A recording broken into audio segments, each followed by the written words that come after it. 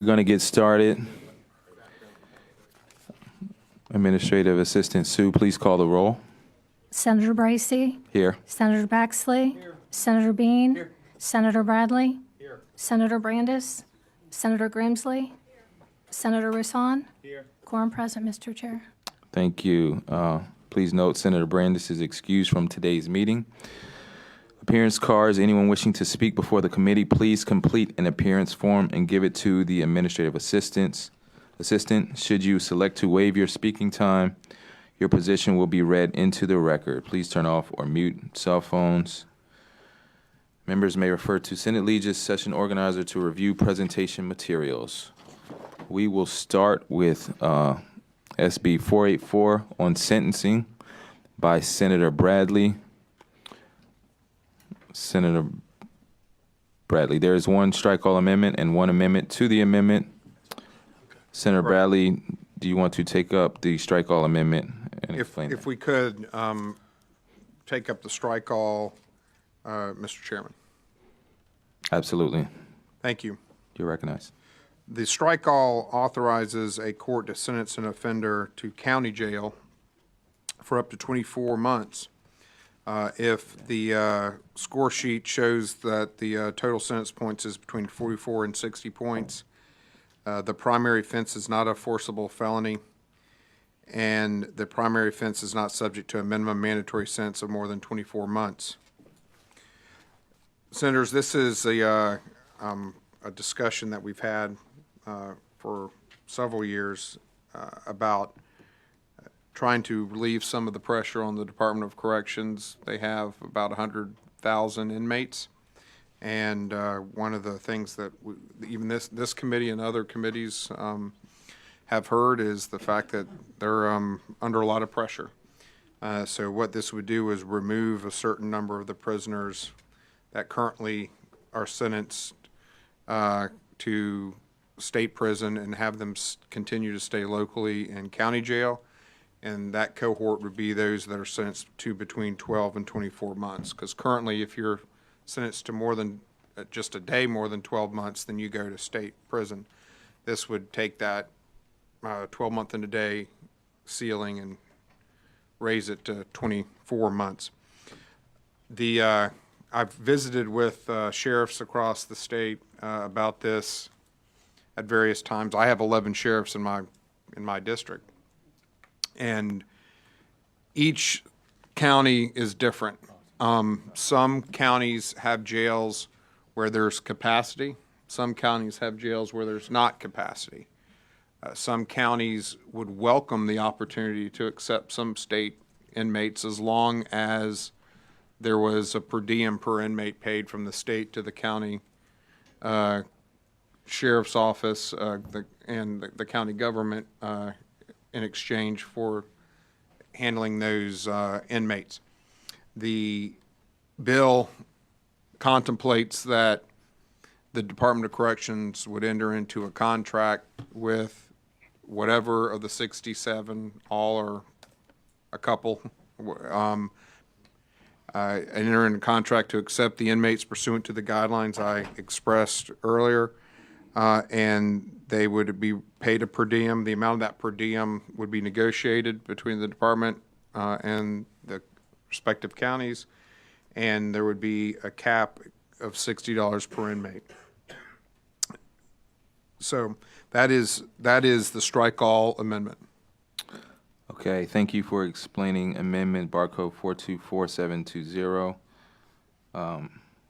Do you want to take up the amendment to the amendment barcode 857760?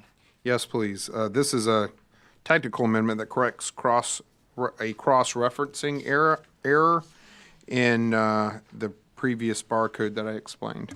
Okay, thank you. Any questions, members? Any questions? Appearance cards to speak on the amendment? No? Debate. Senator Bradley, you're recognized to close on the amendment. Well, are we on 857760? Yes. That's the technical amendment. Okay. So without objection, show that amendment adopted. Thank We're you. now back on the strike all amendment. With regard to 424720, which has now been amended, I would simply ask members your favorable support. I think this has a lot of positive effects on our system, potentially, including making sure that individuals who don't commit forcible felonies are able to serve their sentences close to their support systems, so that if there's a chance for rehabilitation, they're not halfway across the state in a facility away from their community. Of course, I think it assists our friends at the Department of Corrections in taking some pressure off of them. Thank you. We're going to back up a little bit. I didn't allow for questions. Anyone had questions about the amendment now that it has the subsequent amendment added to it? Any question? Senator Baxley. I believe you already answered this, but I was just trying to clarify. This is voluntary agreement between the counties and the department is either forced into making the agreement, or is that is this permissive and mutually beneficial? They can agree to do so. Am I understanding that right? Correct. If a county does not want to enter into such an agreement, they do not have to enter into the agreement. Further questions? Okay, we will move to appearance cards on the amendment. Barney Bishop. Okay, I'm sorry. Oh, on the bill. I got it. Okay. Debate. Okay, Senator Bradley already closed. We are now on the bill as amended. Oh, sorry. So the amendment adopted. We are now on the bill as amended. We have Barney Bishop.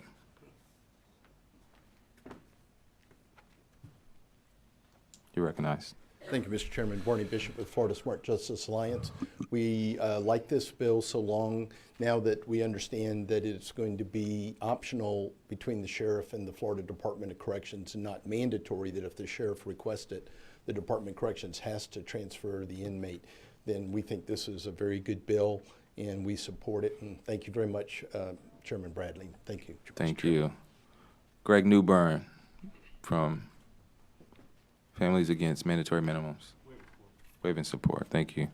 Stacy Scott, Public Defenders. Waiving support. Thank you very much. Debate members.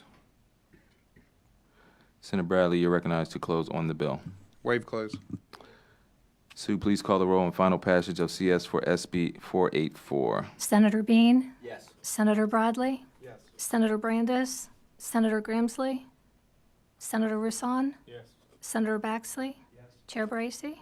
Yes. By your vote, show CS for SB 484 is reported favorably. Sure she's not here? Okay. Yes.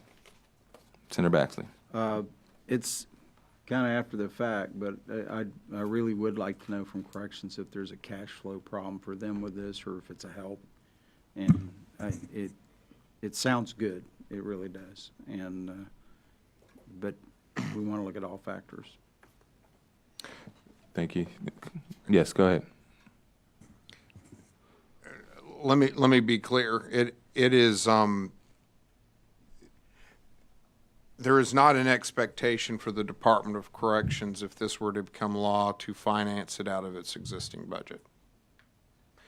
It would have to be financed, and it will cost money. It will be the per diem for a prisoner in the state of Florida and the state correctional system is less. It was 20 when I was chairman of that committee. It's somewhere around there, I think. So it would probably, this would be $30, $40 a head. It's going to be more expensive. But the public policy benefits, I would respectfully suggest, outweigh, are worth. There's the balances that we make. And if this does become law, it's certainly something that I would like to see us pursue I know some of our friends in the House have shown an interest in it as well. And the fact of the matter is, we are spending a lot of money on a lot of facilities in FDC. A lot of monies are spent in that area beyond just our per diem cost. You know, how many prisoners do you have times whatever the per diem number is. And I think you'll see some savings in those areas if we can start attacking the prison population and reducing it. Thank you, Senator Bradley. Okay, we are going to move to SB 602. I am going to temporarily postpone that. And with that, we're going to move on to tab 3, SPB 7000. SP 0000 by Criminal Justice relating to Open Government Sunset Review. I recognize Lauren Jones to explain the proposed bill. Thank you, Chairman. Staff was asked to review these two exemptions that are before the committee today. The first exemption is in Section 943-0583. This section allows victims of human trafficking to petition the court to expunge any criminal history records that occurred during their time that they were part of a human trafficking scheme. Any criminal history record that is expunged by the court is currently confidential and exempt under Chapter 119. Currently, FDLE has a total of 33 orders for expunction have been processed by the Florida Department of Law Enforcement. We reached out to attempt to ascertain if any victims of human trafficking were experiencing any hurdles in this petition process that's currently allowed under 943-0583. The Florida Clerks and Comptrollers and the Florida Prosecuting Association were unaware of any current issues. The bill before us today removes the scheduled sunset and repeal of the exemption. Thank you. Any questions on the proposed bill? Appearance cards. Barney Bishop from Florida Smart Justice Alliance. Mr. Chairman, Smart Justice waives in support of this. Thank you. Debate members. Senator Roussan moves that SPB 7000 be submitted as a committee bill. Seeing no objection, Sue, please call the roll on final passage of SPB 7000. Senator Bean. Yes. Senator Bradley. Yes. Senator Brandis. Senator Grimsley. Yes. Senator Roussan. Yes. Senator Baxley. Yes. Chair Bracey. Yes, by your vote, show SPB 7000 is favorably reported as a committee bill. And now we will move to SPB 7002. I recognize Mike Erickson to explain the proposed bill. Thank you, Mr. Chairman. This bill removes the scheduled sunset repeal of an exemption, which was created in 2014, that authorizes a duly constituted criminal justice commission to close a portion of its meeting to discuss active criminal intelligence information and or active criminal investigation information. This information is currently exempt public records information. The commission has to publicly disclose that it discussed such information at the closed portion of its meeting. We were able to identify only two current duly constituted criminal justice commissions in Palm Beach and Miami-Dade counties. Thank you. Questions of the proposed bill? Appearance cards. Barney Bishop, Florida Smart Justice Alliance. Mr. Chairman, Smart Justice waives in support of this good bill. Thank you. Debate members. Senator Baxley moves that SPB 7002 be submitted as a committee bill. Seeing no objection, Sue, please call the roll on the final passage of SPB 7002. Senator Bean. Yes. Senator Bradley. Yes. Senator Brandis. Senator Grimsley. Yes. Senator Roussan. Yes. Senator Baxley. Yes. Chair Bracey. Yes, by your vote, show SPB 7002 be favorably reported as a committee bill. Members, that is all we have. Any closing remarks from anyone? All right. Hearing no further business. Who? I'm sorry. Who had a comment? I'd like to be shown voting in the affirmative on Senate Bill 484. Thank you. We also had 2 sunset reviews. I think you want to be shown favorable on those 2? Oh, she did. Sorry, I missed that. All right, any other business? Hearing no further business, Senator Bradley moves we rise. This meeting is adjourned. Thank you.